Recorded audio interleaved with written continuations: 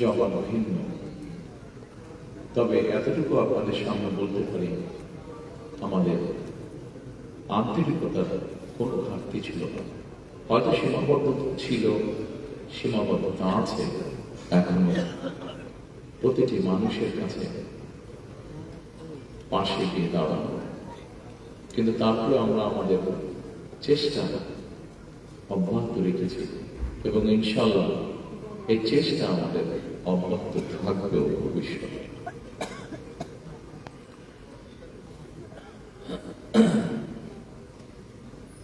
প্রিয় স্বজনরা, পরিবারের সদস্যবৃন্দ, ফ্যাসিবাদী শাসন আমলে আমাদের হাজার হাজার নেতাকর্মীকে অত্যাচার, নির্যাতন, হত্যা করা হয়েছে। হাজারেরও মতো নেতাকর্মীকে হতে হয়েছে, মৃত্যু মামলা দায়ের করা হয়েছিল, যার বোঝা প্রায় ৬০ লক্ষের মতো নেতাকর্মীকে বই বেড়াতে হয়েছে। এর ভিতরে লক্ষ লক্ষ নেতাকর্মী বছরের পর বছর, মাসের পর মাস, সপ্তাহের পর সপ্তাহ, দিনের পর দিন ঘর বাড়ি ছাড়া থাকতে হয়েছে, স্বজন ছাড়া থাকতে হয়েছে, স্বজন থেকে দূরে থাকতে হয়েছে। এসব সকল মামলায় ছিল রাজনৈতিক উদ্দেশ্য প্রণোদিত। গুম খুনের সেই বিভীষিকাময় দিনে রাতের অবসান হয়েছে। বাংলাদেশের মানুষ গণতন্ত্রের পথে হাঁটতে শুরু করেছে। যেসব মানুষরা তাদের স্বজন হারিয়েছেন, যেসব মায়েরা তাদের সন্তান হারিয়েছেন, যেসব বোনেরা তাদের স্বামীকে হারিয়েছেন, যেসব সন্তানেরা তাদের পিতাকে হারিয়েছেন, তাদের সত্যিকারভাবে যদি বলতে হয়, আসলে আপনাদেরকে সান্ত্বনা দেওয়ার মতো ভাষা বলে আমাদের কাছে নেই।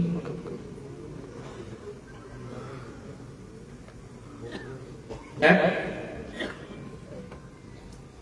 দুঃসহ সময় আমরা অতিক্রম করেছি। এই দুঃসময়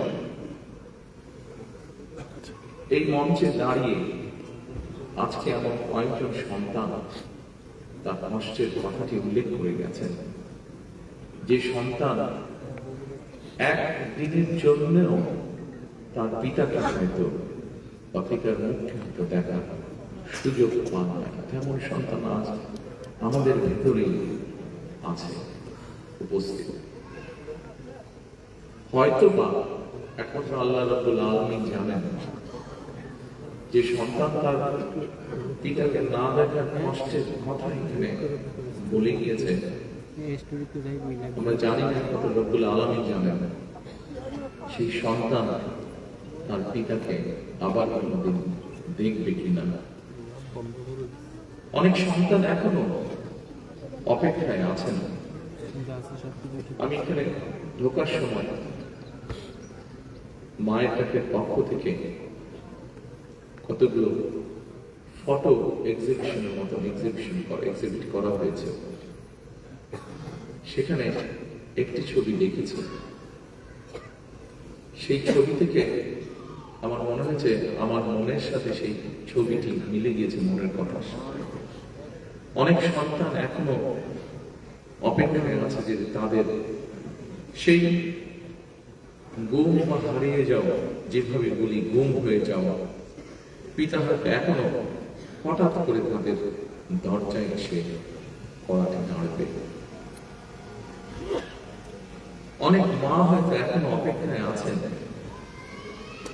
তার গুম হয়ে যাওয়া প্রিয় সন্তানটি হঠাৎ করে মায়ের সামনে এসে হাজির হয়ে মা বলে ডাকবে।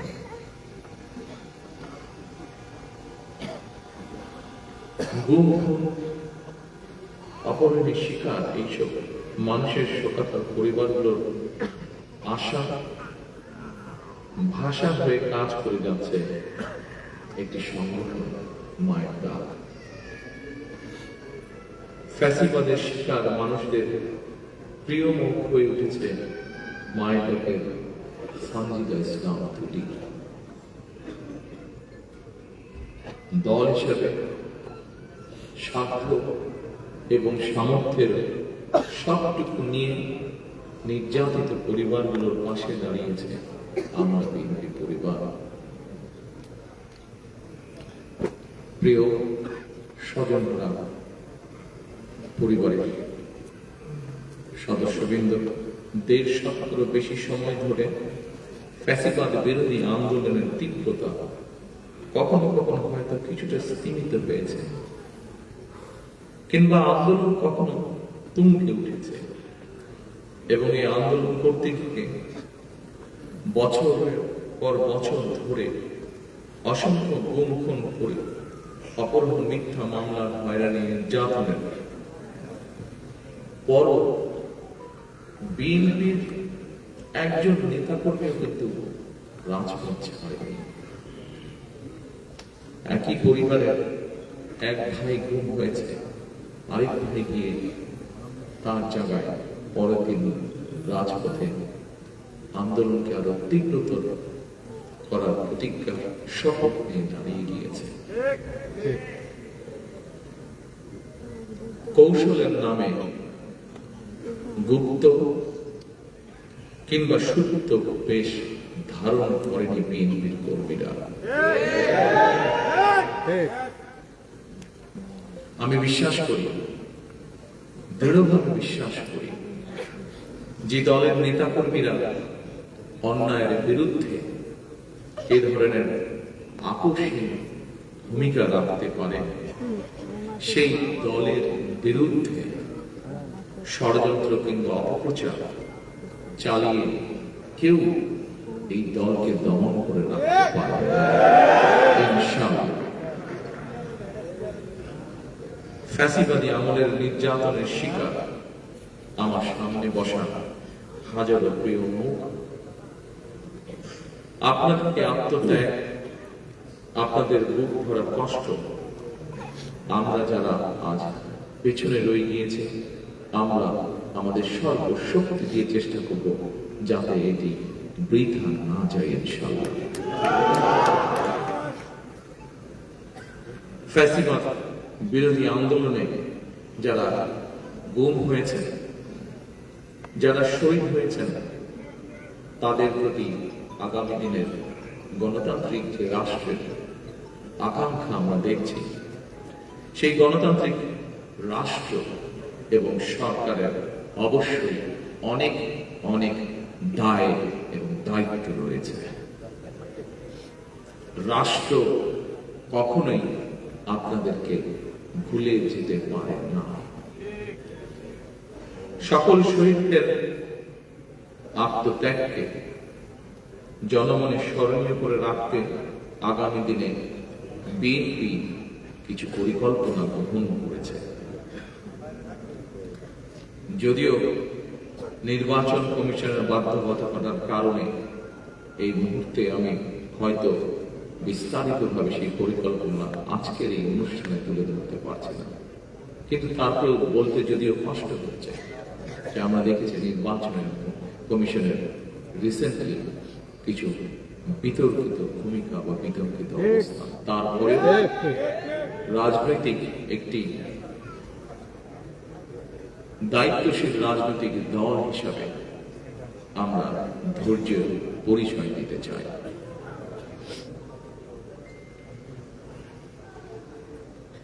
তবে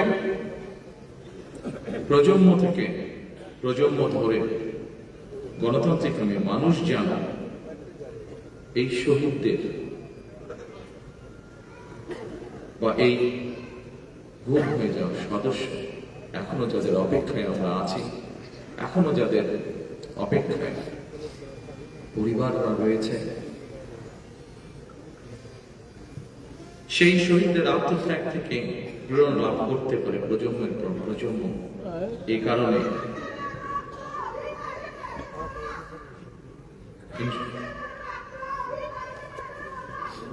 ইনশাআল্লাহ ইনশাআল্লাহ ইনশাআল্লাহ আমরা আপনার সাথে আছি, আমরা আপনার সাথে আছি।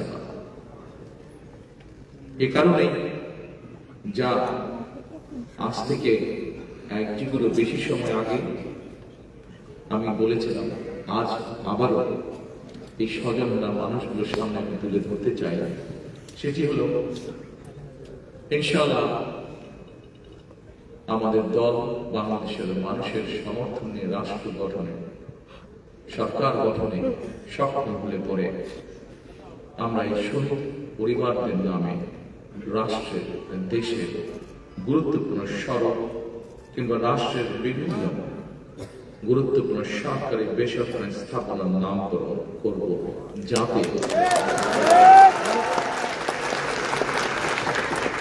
যাতে প্রজন্মের পর প্রজন্ম এই শহীদদেরকে গৌরবের সাথে স্মরণ রাখতে পারে। প্রিয় স্বজন ধরা উপস্থিতিবৃন্দ, সাংবাদিক ভাইরা, উপস্থিত নেতৃবৃন্দ, এখানেই শেষ নয়। রাষ্ট্রীয় সহিংসতার শিকার পরিবারগুলোর প্রতি সাবধানতা রাষ্ট্রীয় সরকার হাত বাড়ানোর প্রয়োজন রয়েছে বলে আমি ব্যক্তিগতভাবে বিশ্বাস করি। সুতরাং স্বাধীনতা প্রিয়, গণতন্ত্র প্রিয় প্রতিটি মানুষের সামনে জনগণের প্রতি দায়িত্বশীল একটি মানবিক রাষ্ট্র গঠনের সুযোগ আমাদের সামনে এসেছে। কেউ কেউ বিভিন্ন রকম কথা বলে একটি অবস্থা তৈরি করার চেষ্টা করছে, যেখানে এই গণতন্ত্রের পথ যেটি তৈরি হয়েছে সেটি যাতে বাধাগ্রস্ত হয়। আমি অনুরোধ করব আপনারা, এবং আমি অনুরোধ করব বাংলাদেশের দলমত নির্বিশেষে প্রতিটি মানুষ যারা গণতন্ত্রে বিশ্বাস করেন, সেই প্রতিটি মানুষকে আজ সজাগ থাকার জন্য, যারা বিভিন্ন উসিলা দিয়ে বিতর্ক তৈরি করে গণতন্ত্রের পথকে আবার নষ্ট করার বা ব্যাহত করার চেষ্টা করছেন, তারা যাতে সফল না হয়। প্রিয় স্বজনরা, উপস্থিতিবৃন্দ, এবার যদি আমরা একটি দায়িত্বশীল গণতান্ত্রিক রাষ্ট্র এবং সরকার গঠনের সুযোগ হাতছাড়া করি, তাহলে গণতান্ত্রিক আন্দোলনের আমাদের যে শহীদ, সেই শহীদদের প্রতি জুলুম করা হবে, তাদের আত্মত্যাগের প্রতি অমর্যাদা করা হবে। ৭১ সালের যারা শহীদ হয়েছেন এই দেশকে স্বাধীন করার জন্য, ৯০-এর স্বৈরাচার বিরোধীদের আন্দোলনে যারা শহীদ হয়েছেন, বিগত ১৬ বছরে যারা শহীদ হয়েছেন, বিভিন্নভাবে নির্যাতিত, বঙ্গুত্ব বরণ করেছেন, ২৪-এর আন্দোলনে, ৫ই আগস্টের আন্দোলনে যারা শহীদ হয়েছেন, যে হাজারো মানুষ যারা বিভিন্নভাবে বঙ্গুত্ব বরণ করেছেন, প্রত্যেকটি অন্যায় বিচারকে যদি প্রতিষ্ঠিত করতে হয়, তাহলে আগামী দিনে অবশ্যই বাংলাদেশে একটি গণতান্ত্রিক সরকার দরকার। যে গণতান্ত্রিক সরকার, আপনারা যারা আজকে সামনে বসে আছেন, এখানে উপস্থিত হয়েছেন, শত কষ্ট বুকে নিয়ে এই মানুষগুলো যাতে ন্যায় বিচার পেতে পারে, দেশের আইনের দৃষ্টিতে আইন অনুযায়ী যাতে ন্যায় বিচার পেতে পারে, তার একটি মাত্র উপায় হচ্ছে, সেই ন্যায় বিচারকে নিশ্চিত করার একটি মাত্র উপায় হচ্ছে বাংলাদেশে আগামী দিনে অবশ্যই একটি গণতান্ত্রিক সরকার প্রতিষ্ঠিত করতে হবে। যেই সরকার জনগণের আকাঙ্ক্ষা পূরণে কাজ করবে, যেই সরকার মানুষের যারা নির্যাতিত হয়েছে, অত্যাচারিত হয়েছে, তাদের প্রতি ন্যায় বিচার করবে। আসুন আমরা আজকে সেই শপথ গ্রহণ করি, আমরা আজকে সেই প্রত্যাশা করি আপনাদের আজকে এখানে আসা, এখানে উপস্থিত হওয়া যাতে বৃথা না যায়।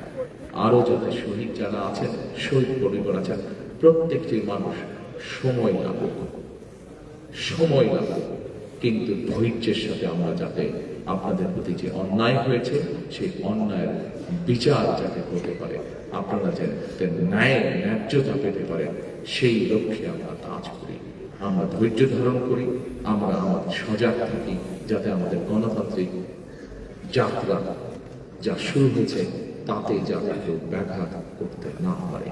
পরিশেষে আবারও শহীদদের আত্মার মাগফিরাত কামনা করে যারা নির্যাতিত, অত্যাচারিত শহীদ পরিবার, যারা গুম পরিবার, প্রত্যেকের যাতে আইনের দৃষ্টিতে ন্যায্যতা, ন্যায় যাতে প্রত্যেকের প্রতি নিশ্চিত হয়, সেই প্রত্যাশা রেখে আমার বক্তব্য শেষ হয়েছে। আল্লাহ হাফেজ।